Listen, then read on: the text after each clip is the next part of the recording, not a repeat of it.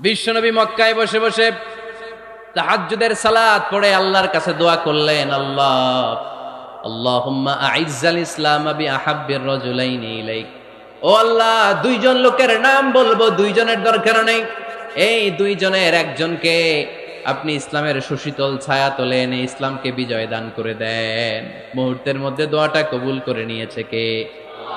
বিশ্বনবী বললেন, আল্লাহ, দুইজনের নাম বলবো আজকের দোয়ায়। আবি জাহাল ইবনে হিশাম, হয়তো হিশামের বেটা আবু জাহেলকে আপনি ইসলামের ভিতরে নিয়ে আসেন, কিংবা ওমর ইবনুল খাত্তাব, খাত্তাবের বেটা ওমরকে আপনি ইসলামের ছায়া তলে নিয়ে আসেন। ওমরে ফারুকের জন্য দোয়াটা কবুল করে নিয়েছে কে? মক্কার যে অবস্থা, আল্লাহর হাবিব সাল্লাল্লাহু আলাইহি ওয়াসাল্লাম বুঝলেন মক্কার এই দুইজনের একজন যদি আমার সাথে না থাকে তাহলে মক্কায় দাওয়াতি কাজ চালিয়ে যাওয়া যাবে। আল্লাহরে বললেন, আল্লাহ, বেশি চাই না, এই দুইজনের একজন, হয় আবু জাহেল নয় ওমর, হয় আবু জাহেল নয় ওমর।